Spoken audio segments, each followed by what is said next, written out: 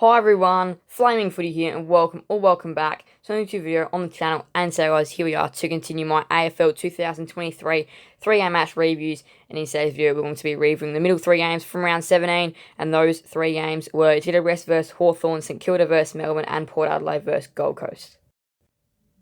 Alright, so it was a huge Saturday twilight clash for many reasons, especially for the Giants, who were in finals, who are still in finals contention and were definitely before this game and after this game still are, and their position on the ladder, which we'll be going through a little bit later, is going to be huge. Now, they won this game by 13 points in the Saturday afternoon twilight time slot at Giants Stadium. They win it by 13, 12-13, 85 to Hawthorn, 10-12, 72. They win by 13. Kelly was tagged by McGuinness, who did a really good job, but in the end, though, it was not the most comfortable wins, and the Hawks were in there, which was definitely great to see there from a Hawks point of view, because, yeah, their last couple of weeks, they haven't really been that competitive, but this was a better performance from them, and they probably did have the better last quarter, and missed some really easy shots. But look, at Giants Stadium, they are a tough side to beat. They're the Giants, and they just showed why. They kicked 5-3 in the first quarter, and then the second quarter, the scoring did dry out a little bit more. 2 goals for the Giants, 2-6 though that quarter, to 3-4 goals, 3 for the Hawks. Then the third quarter, it gets even tighter, 2-1.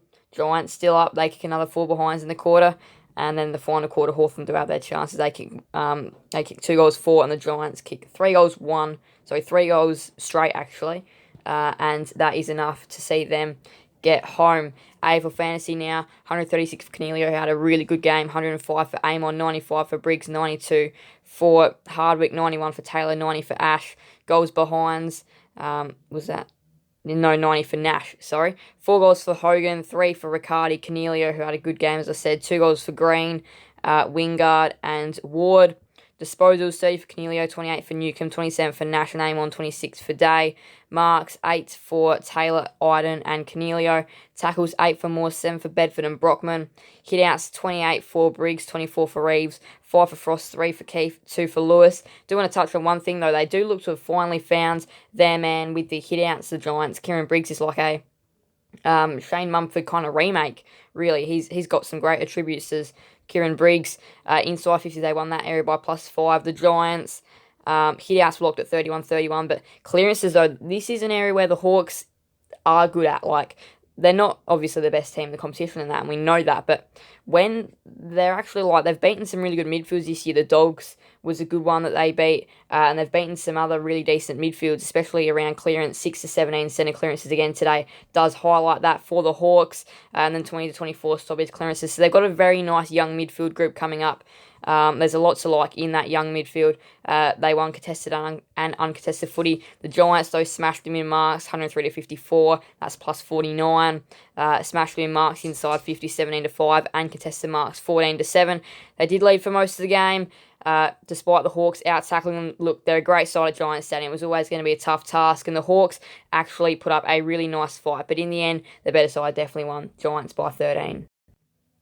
Alright, now to Saturday night, the Saturday night Channel 7 game between St Kilda and Melbourne at Marvel Stadium. And this game was a very interesting game. A lot of people predicted it to be low scoring. Didn't look to go that way for the first quarter, but after that, both sides' defences kicked in and it did turn low scoring. St Kilda 8-10-58, defeated by Melbourne 12-7-79. Melbourne win by 21. They finally put a decent score on the board, and look, the Saints, that they are just falling away slowly but steadily. They've had some really poor losses, and even some of their wins haven't been the greatest of wins, especially that one against West Coast last week wasn't the greatest. But yeah, they do have a couple of issues, and yes, they were injury ravaged, and I do understand that, and that definitely would have contributed towards this disappointing performance. I mean, they were still in the game for the whole game, but they just gave it to Stephen May too much, and yeah, unfortunately enough, their injuries probably did get the better of them as well. But they started off the game really well. They kicked 3 of the first 4, and then it was the Demons that ended up, 3 goals to 5 straight at quarter time. They had their chances, the Saints, and they did miss some relatively gettable opportunities. And in the second quarter, 2-1, so the D's extend their lead a little bit. Third quarter, that's where the D's get off and running, but the Saints again, they fail to give up, they fail to say no, they still hang in the game, and then the final quarter 2-3, and the Demons in the end get get a really nice, comfortable win, which this game was going to be huge for the top four, which again, I'll be going through ladder a little bit later on, and what this game does to the top four is quite crucial and probably decides who plays fourth, and this was huge for the Saints' finals hopes as well, because, I mean, their draw is a tough one. 148 fantasy for Marshall, 146 for Steele, 130 for Nasai and Wanganeen Miller, 123 for May, who got the ball a lot, took tons of marks and intercept marks. 110 fantasy for Sinclair, 105 for Brayshaw, 104 for Petrarca. Goals behinds, 4 goals for Petrarca. He was the revolution in the forward line. He was the one that won the game for them. 2 goals for Melksham, who also looks really impressive. 2 goals for Owens, Gresham, Sparrow were the other ones. Disposals, 33 for Wanganeen, Miller and Sinclair. 31 for Steele, 30 for Marshall, 29 for May, 27 for Crouch. Marks now, 12 for May, 10 for Marshall and Wilkie, 9 for Howard and Lever. Tackles, 12 for Steele, 8 for Caminiti. Hit-outs, 21 for Gorn, 17 for Grundy, 15 for Marshall, 2 for Owens, 1 for Caminiti and Neil Bullen. Team stats now is the Saints, believe it or not, that went inside 50 more times than the Demons, but I mean, going inside 50 against the Demons is just a number, because, you can just give it straight back to their defence, which is really good. Their defence is just such a great defence there, Melbourne, that you just kick it to them, and despite the number of inside 50s you get, it can just be coming back their way.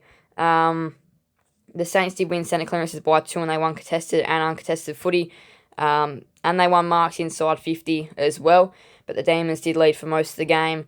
The Saints did out-tackle Melbourne as well, but in the end, Melbourne's defence just proved to be too good, and there's not a whole heap to say about this game, but it was going to be huge for the top four, and in the end it's the Demons by 21. Now to the second Saturday night game at the Adelaide Oval. This time it was Port Adelaide versus Gold Coast in what was going to be a huge game for both these two clubs, and 13 now is the magic number for Port Adelaide.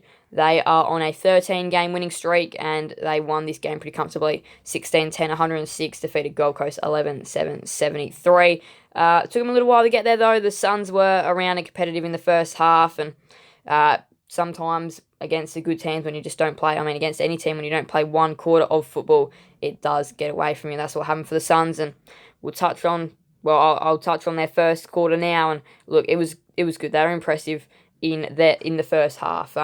Both sides were alright, but Gold Coast defence held up despite Port Adelaide going inside 50 many times. Their defence is actually alright, and I think a lot of people, there's some real underrated names back there in that Gold Coast defence, which not a lot of people talk about, because it's actually an okay defence. Sometimes when they do, when teams do kick fire and get ahead of them, they do just shut down. But look, when they're in the game, their defence is actually alright. And then when Port Adelaide had Mackenzie gone, they had a big height advantage to Gold Coast, but couldn't capitalise on it, because in the third quarter it was 9-1, and that's game over there. And despite 4-2 in the final quarter, Gold Coast did win the quarter, but Port Adelaide was still just a much better side in the end, and they win comfortably by 33. We'll go to the player stats now. AFL Fantasy, 104 for Anderson, 103 for Rosie, who had a great game, including that miracle goal. 103 for Atkins, 100 for Witts, 97 for Miller, who was a big player back. He only had 20 disposals and a goal, but still, though, just having his presence in that team for Gold Coast is just absolutely huge. 88 for Casbolt, who was their saviour. He kicked the 4 goals, and if it wasn't for him, it would have been another disastrous day out for Gold Coast. He's his hands, his leading at the ball just looks great and stuff. So he's definitely a real help for Gold Coast in that forward line. 3 goals for Finlayson, who wasn't great in front of goal, though. 3 goals, 4, could have easily walked away with 6 and could have easily helped Port Adelaide to a 50-point win. 2 goals for Rosie, Junior, Rioli, Marshall and Holman as well. Disposals, 29 for Anderson, 28 for Rosie, 26 for Wines and Atkins. Marks, 8 for Atkins, 7 for O'Leary and Miller. Casbolt, tackles, 7 for Drew. Hit-outs now, 44 for Witts, who comfortably smashed Hayes, who got the 18. 6 for Dixon, 5 for Casbolt, 3 for Finlayson. Team stats now, Port Adelaide won inside 50s by 12, so pretty comfortable there. And let's see, what else have we got? They won centre clearances 18-10, despite the Suns winning stoppage clearances 20-31. They won contested possessions. The Suns won uncontested footy, though. They smashed their marks inside 50, 19-5. That would have definitely been part of that third quarter. Surge. They led for most of the game, and look, in the end, really good performance here from Port Adelaide. They go to 13 in a row. They show why they are one of the best sides, overcoming Gold Coast by 33 points. So now our attention turns to today's footy action. Sunday's footy action begins with a Big clash, believe it or not, at GMHBA Stadium between Geelong and North Melbourne. It's going to be huge for the Cats. They need to win this game. They lose it, they definitely won't be making finals. But again, though, you'd assume that they'll be winning it. The Sunday Channel 7 game is absolutely massive, though. You think this is probably going to be down for a spot in the top 8. Essendon in 8th, Adelaide in 7th. That's just going to be a massive game there. 50-50 game as well. And then in the West, the final game of the round as well is going to be huge in terms of the finals race and how that will go, Freo and Carlton.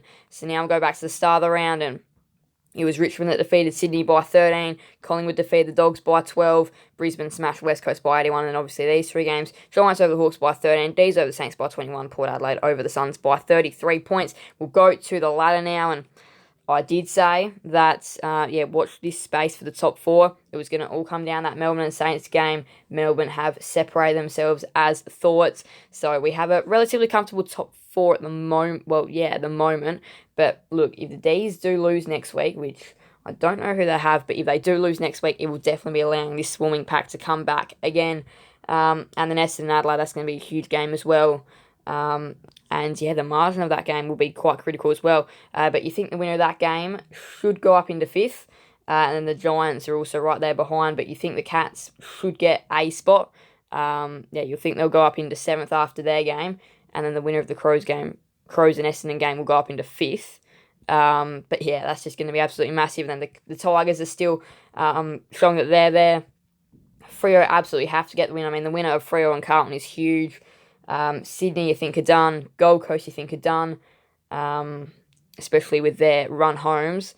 But yeah, Carlton and Freo, it is all down to them in this pack here. So yeah, absolutely massive day of football coming up. And yeah, in the next 3-game match reviews, we will know a lot more. And now is the time we can start just finding a little bit more out about teams and teams which might actually be contending for finals, as we don't think Sydney and Gold Coast will be anymore. But anyway, though, thank you guys so much for watching. Please do make sure to leave a like and subscribe and hit that notification bell. See you guys and then miss another video on the channel. Thank you guys so much. Bye everyone. Flaming Footy out.